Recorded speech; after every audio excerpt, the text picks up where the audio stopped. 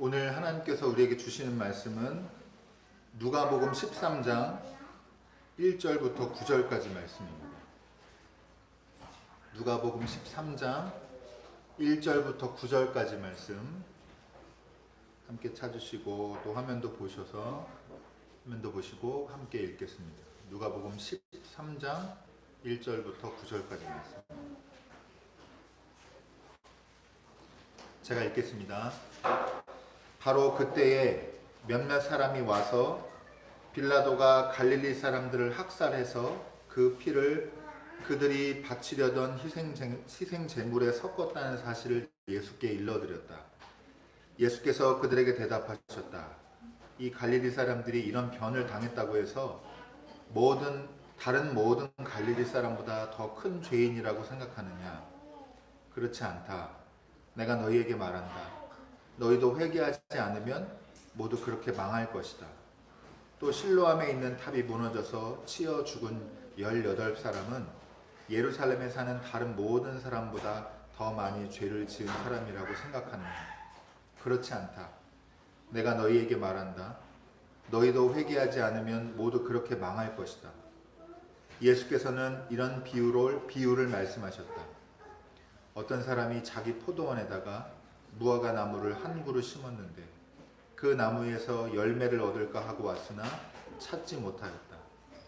그래서 그는 포도원 지기에게 말하였다. 보아라, 내가 새해나 이 무화과 나무에서 열매를 얻을까 하고 왔으나 열매를 본 적이 없다. 찍어버려라. 무엇 때문에 땅만 버리게 하겠느냐. 그러자 포도원 지기가 그에게 말하였다. 주인님, 올해만 그냥 두십시오. 그 동안에 내가 그 둘레를 파고 거름을 주겠습니다.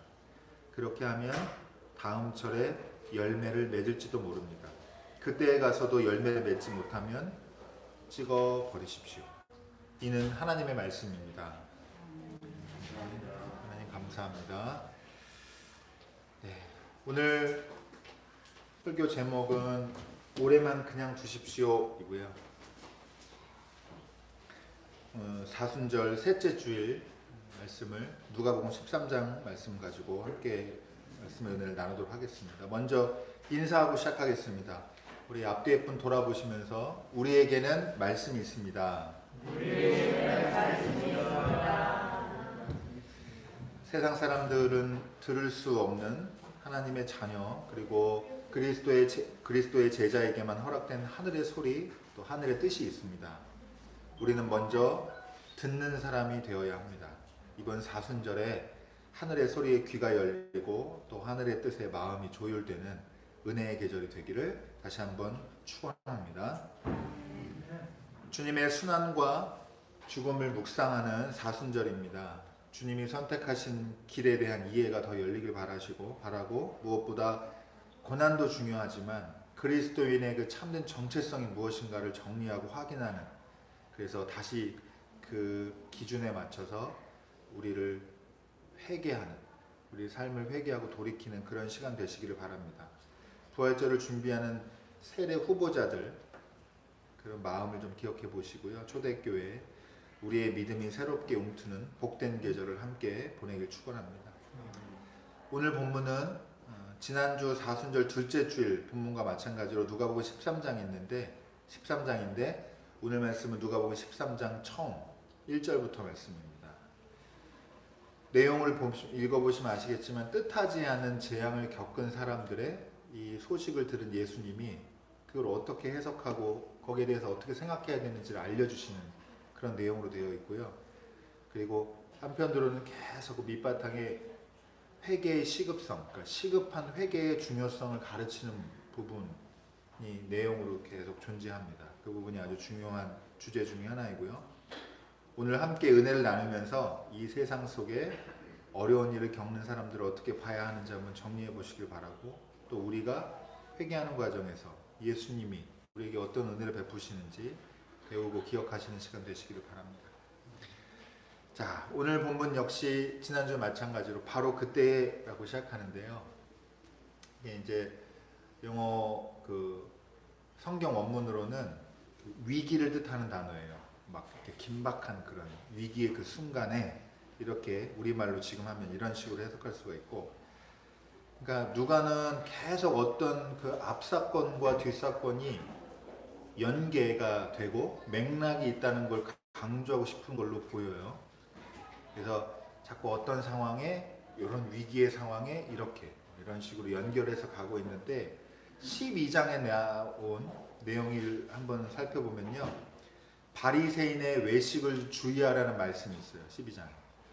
이 말씀 다음에 여러분 잘 아시는, 부자가 소득이 많으니까 창고를 더 늘려야겠다 이런 고민하는데 예수님이 헛되다는 말씀하시죠.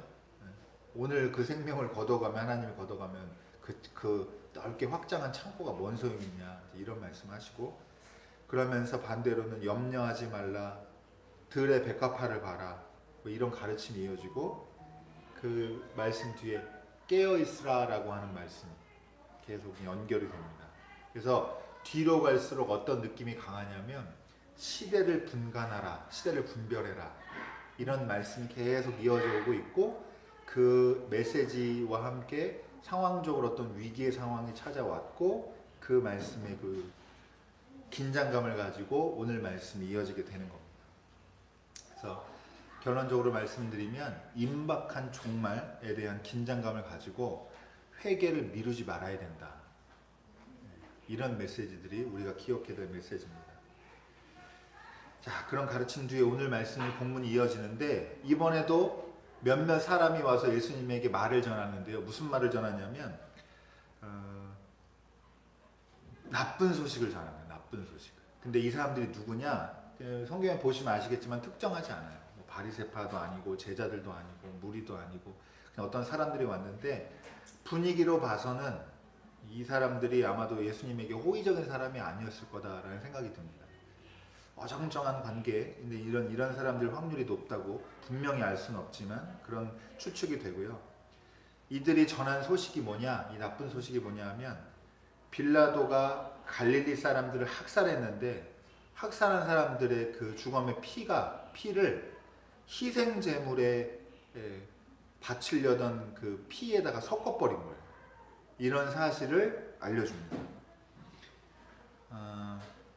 이건 참고만 하세요. 다른 요때 당시의 문헌에 보면 이 사건을 어떻게 또 설명하는 부분들이 있냐면, 이 사건이 일어난 게 헤롯 생일 때였어요. 헤롯 생일 때 누가 죽어요?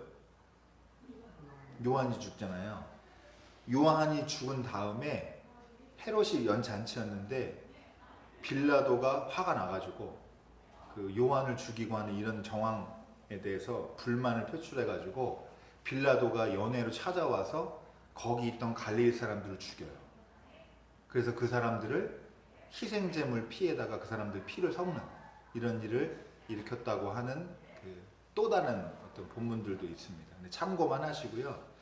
기본적으로는 왜 희생제물의 그 피를 건드리냐? 빌라도가 그러니까 로마 제국은 유대의 희생제사를 인정을 안 하려고 했거든요.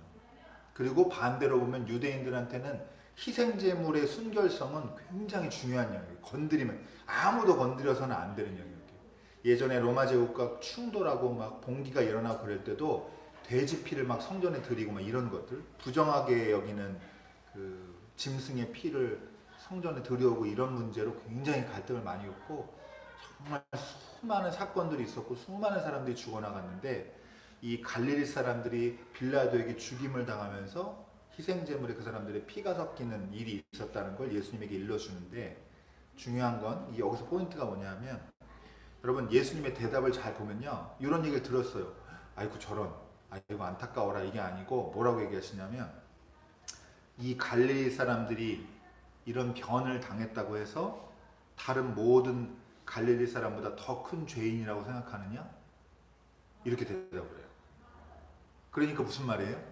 질문하는 사람 의도가 추측해보면, 그 사람들 더 악한 사람이라, 그 죽임당한 사람들 더 나쁜 사람들이라 지금 이런 봉변당한 거 아닙니까? 라고 하는 보관이 거기 들어가 있단 말이에요. 질문하는 사람이.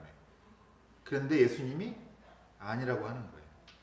그러면서 내가 너희에게 말한다. 너희도 회개하지 않으면 다 똑같이 망한다. 이렇게 말씀하고 계십니다. 이 소식을 전한 사람들의 마음속에 저 사람들 뭔가 더 나쁜 사람이기 때문에 거 봐라, 응? 저렇게 살더니 내 저럴 줄 알았다. 그러니까 왜 이런 마음, 자기가 뭔가 좀 우월하고 저 사람들은 좀 더 나쁘다라는 인식을 가지고 얘기를 하고 있는데 예수님이 그런 생각 하지 말라는 거예요. 너도 당신도 우리도 똑같은 처지라고 하는 거예요. 기본적으로는 이 갈릴리 사람이라는 거에 대한 인식이 뭐냐면요, 예수님 고향이 보통 뭐라고 알려져 있죠? 어디로? 나사렛이잖아요. 나사렛이 갈릴리예요. 갈릴리 북부 쪽에. 그래서 옛날에 여러분 기억하시면 나다니엘 만날 때 나다니엘한테 예수님 좀 만나보라 그랬더니 뭐라 그러죠? 나사렛에서 무슨 선한 일이 나겠느냐, 무슨 선한 게 나겠느냐. 왜 이런 말이 있냐면요, 여러분 갈릴리가 어떤 지역이냐면 로마의 민중 봉기하는 그 세력들의 말하자면 진원지예요. 그래서 폭도들도 많고 열심당원 이런 사람들도 여기 출신들이 많고 계속해서 문제가 되는 사람들이 과격하게 행동하고 이런 사람들이 여기서 많은데, 그러니까 나다니엘이 보기에 저 사람들의 하는 방식은 진짜 우리한테 필요한 방식이 아니다. 저렇게 행동하는 사람들의 집단과 마을과 지역에 거기서 어떻게 그리스도가 나겠냐, 다른 데서 찾아봐야 된다, 이런 얘기거든요. 그러니까 사람들의 선입견 속에 갈릴리 사람들 하면 가지고 있는 생각들이 있단 말이에요. 제가 참 부끄러운 일인데 저 진짜 얼마나 이렇게 그 우물 안에 살았는지, 군대 가기 전까지 저도 광주 사람들은 깡패가 많은 줄 알았어요. 진짜로. 지금 생각하면 진짜 터무니없는 생각인데, 군대 가는데 광주 고참들 만났는데 다 근데 실제로 깡패가 2명 있었거든요. 근데 광주 사람들 하면 다 무서운 사람들인 줄 알았어요. 어릴 때 마음. 여러분 똑같은 선입견이에요. 여러분 이슬람교도 하면 다 테러리스트 같죠? 아니에요. 미국 사람들 하면 다 좋은 사람 같죠? 아니란 말이에요. 러시아 사람들은 다 상남자 같죠? 아니란 말이죠. 특정한 어떤 분위기, 여론이 만들어내는 그 이미지, 이런 거 속지 말아야 되고요. 세상 사람들은 다 똑같이 살아요. 다 똑같이 삽니다. 어디 지역, 어느 사람, 어떤 나라, 어떤 위치에 있는 사람들이건 사람은 다 똑같이 사는데, 질문자의 의도에는 불순한 의도가 이렇게 섞여 있단 말이에요. 그래서 예수님이 아니라고 그걸 지적하고 골라낸 거고, 이거랑 아울러서 예수님 입장에서 하나 더 소개하시는데, 실로암 망대가 무너져가도 18사람이 거기 깔려 죽어요. 그 사람들도 더 악해서 그런 거 아니다라고 하는 거예요. 실로암 망대도 오늘은 자세히 설명 안 드리지만 로마 제국과 관계가 있어요. 망대를 관리하는 거 유대인들이 하는 거 아니거든요. 그러니까 이 사람들이 성경에서는 전혀 예측할 수가 없어요. 근데 어쨌든 추측해 볼 때 이 사람들이 반란 일으키러 갔다가 살해당한 건지 사고를 당한 건지 알 수가 없는데, 우리 입장에서는 어쨌든 망대라는 것 자체도 그런 어떤 정치적이나 이스라엘과 로마의 관계, 이런 것들이 좀 담겨져 있다라고 기억해 보시면 좋을 것 같습니다. 그러면서 여러분, 첫 번째로 저희가 이 말씀을 한번 정리하면서 제가 드리고 싶은 말씀은, 여러분 우리도 이런 표현 잘 쓰잖아요. 전생에 나라를 구했다. 요새 참 많이 쓰거든요. 젊은 사람들도 많이 쓰고, 아우 저 사람은 진짜 이렇게 복 받은 걸 보니까 전생에 나라, 이순신 장군이 거북선 몰 때 3번째 놓아졌던 사람이구나, 이런 농담하거든요. 예. 예. 반대로 불행한 일 겪으면 뭐라 그래요? 내가 전생에 무슨 죄를 져가지고. 그리스도인들은 이런 표현 쓸 때 조심하셔야 돼요. 근데 여러분 다 이런 얘기하면은 어떻게 관점을 갖냐면, 전생이란 말이 기독교 정신에 부합하지 않으니까 생각하는데, 그것 때문이 아니에요. 여러분 현재 우리가 가지고 있는 삶의 기준, 판단의 기준 가지고 모든 걸 다 합리화하고 절대화시키기 때문에 그게 나쁘다라고 조심해야 된다라고 말씀드리고 싶어요.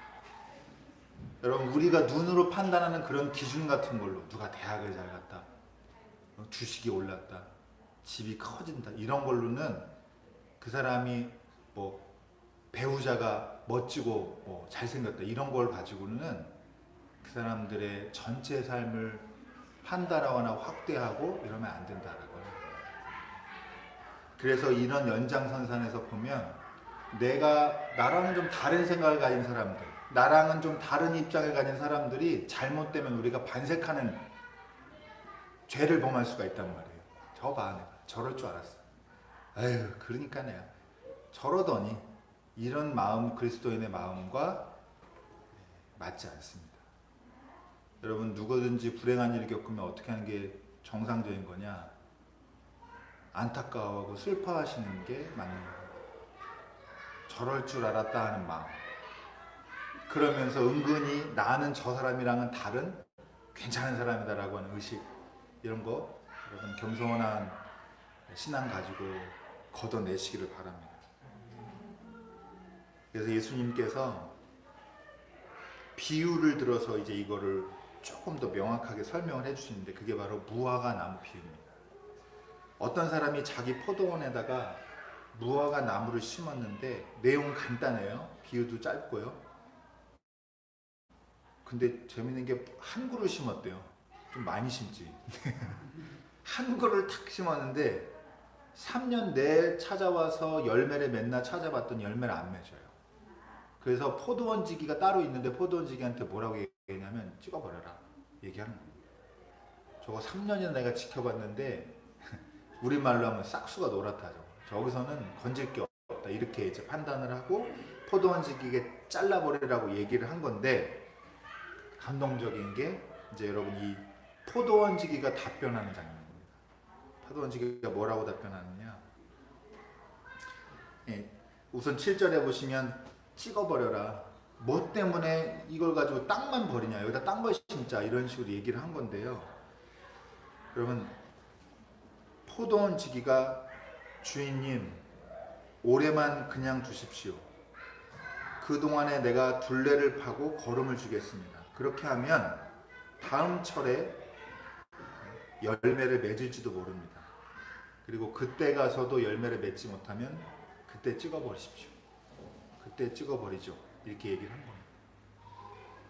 여러분, 세상은 인과관계라고 해서 원인과 결과만으로 다 설명되지 않는다라고 하는 게 오늘 본문에서 저희가 배울 수 있는 중요한 주제 중에 하나입니다.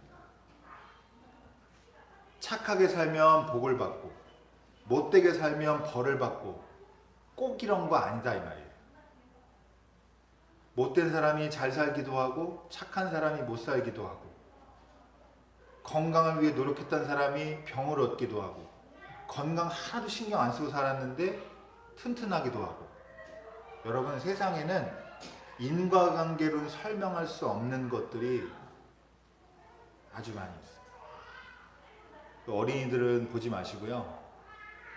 이걸 잘 알려고 그러면 영화를 한 편 추천드리는데, 그러니까 영화 자체로는 좋은 영화인데 좀 잔인하고 그래가지고 좋아하실지 모르겠는데, 노인을 위한 나라는 없다라는 영화가 있어요. 진짜 그 말하자면 살인마, 미치광이 사이코패스 살인마가 나오는 건데, 불행이 그냥 너무 우연이에요. 맥락도 없고 이유도 없고. 여러분, 근데 가만히 생각해 보면 우리 삶에 어려운 일이라는 게 그래요. 내가 이렇게 살았는데 왜 나쁜 일이 생겨? 함부로 살았다고 해서 망가지냐, 삶이? 그렇지 않아요. 어쩔 때는 정말 착한 사람도 벌 받듯이 그렇게 고통을 당하고, 어떤 사람은 악한 사람들도 전혀 다른 삶을 살기도 하고 그렇단 말이죠. 세상 모든 일을 인과관계로 보려고 하는 마음을 가지시지 말기를 추천드립니다. 단순한 사고방식으로 세상 일을 바라보게 되면, 그러면 다 그런 말이 진실이 돼요. 전생에 나라를 구했다, 이런 게. 그러나 그렇지 않다라는 겁니다. 그러니까 여러분, 반대로요, 어떤 마음을 가셔야 되냐면, 내가 혹시 불행을 겪거나 어려운 일을 겪었다. 내 죄 때문이 아니란 말이에요. 제가 아주 싫어하는 말 중에 하나가 가게 흐르는 뭐 이런 거. 기독교에서 한참 많이 써먹었거든요. 여러분 그런 생각 버리십시오. 그런 생각 버리세요. 여러분께 단순하지 않아요. 단순하지 않고 여러 가지 상황들이 일어날 수 있는데 거기서 하나님의 사람들이 어떤 마음가짐으로 계속 살아야 되느냐 여기를 우리가 확인하고 단단히 해야지 이 원인이 어디냐 자꾸 우리 궁금해하거든요. 여러분 잘못해서 아이들 훈육할 때도 우리가 예를 들면 우리 저희 아이들이 뭐 이상한 짓을 해요. 집에서. 그래서 불러다 놓고 너 도대체 왜 이러냐?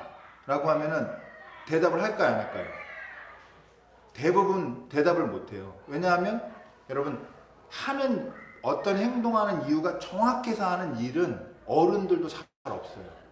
어떤 건 그냥 하기도 하고 우연통해서 그런 일이 벌어지기도 하고 단순한 마음보다는 그때 상황을 받아들이는 우리의 마음에 어떻게 하는 게 신앙적으로 옳은가 이런 고민을 더 해야 되고요. 여러분 어려움 겪으실 때 절대로 그래서 자책하지 마세요. 아유 내가 죄를 지었구나. 내가 팔자가 이런 생각하지 마십시오. 하지만 한편으로는 아예 이 인간관계에 대한 마음을 다 버리면 안 돼요. 여러분 착한 사람이 아무리 착하게 살아도 복을 받지 못한다라고 말하는 것도 진실이 아니에요. 우리의 정의의 관념, 공평에 대한 생각에 착한 사람은 복을 받고 나쁜 사람은 벌을 받는 게 맞아요. 이런 마음도 가지고 있어야 됩니다. 잃어버리지 않고. 그러나 다시 한번 정리하면 모든 걸 그런 사고방식으로 생각하는 것은 피하시면 좋겠고요. 그래서 예수님이 이 무화과나무 비유로 얘기를 적절하게 해주신 겁니다. 어떤 나무에 열매를 기대하고 나무를 심었는데 새해나 아무 열매를 맺지 않고 초라해요. 그러니 당연히 합리적인 입장에서 보면 잘라버리고 열매 맺는 다른 나무로 바꿔내야 된단 말이에요. 그런데 포도원 시기가 뭐라 그러냐면 한 해만 더, 올해만 그냥 두십시오 라고 설득하는 거예요. 여러분 비유적으로 보면요, 이 무화과 나무가 누구일까요? 이스라엘이에요. 이스라엘. 지금 이 12장에도 그렇고 바리새인들 외식주의하라고 하고 경계하라고 시대분간하라고 종말이 임박했다고 이런 메시지가 쭉 있다고 그랬잖아요. 유대인들에게 지금 자꾸 메시지를 던지는 거예요. 너는 이러다가는 망한다. 너네 이렇게 열매 맺지 않는 삶, 열매 맺지 않는 민족으로 남아있다가는 봉변당한다라고 하는 거. 종말이 파국이 임박했다라고 하는 거를 예수님께서 경고하시는 메시지인데 결국에는 누구한테 하는 말이에요? 이 말을 어떻게 받아들여야 돼요? 우리는 우리에게 하는 말이에요. 여러분 많은 열매 맺고 계십니까? 부담 드리고 싶은 게 아니라 오히려 반대인데요. 우리 열매를 못 맺잖아요. 예수님이 찾아와서 우리 삶을 들여다보고 아휴 올해는 글렀구나 가던데 다음에 또 왔더니 우리 삶 들어봤더니 또 거기서 에휴 하고 내년에 한 번 더 오자 했는데 내년에 한 번 와서 들여다봤더니 또 거기서 거기. 생각하는 것도 고만고만하고 삶도 달라지지 않고. 그래서 하나님이 결심하세요. 찍어버리자. 쟤 말고 다른 사람을 내 나라에 들이자. 이렇게 마음 먹으시면 여기서 우리가 자유로운 사람이 아무도 없단 말이죠.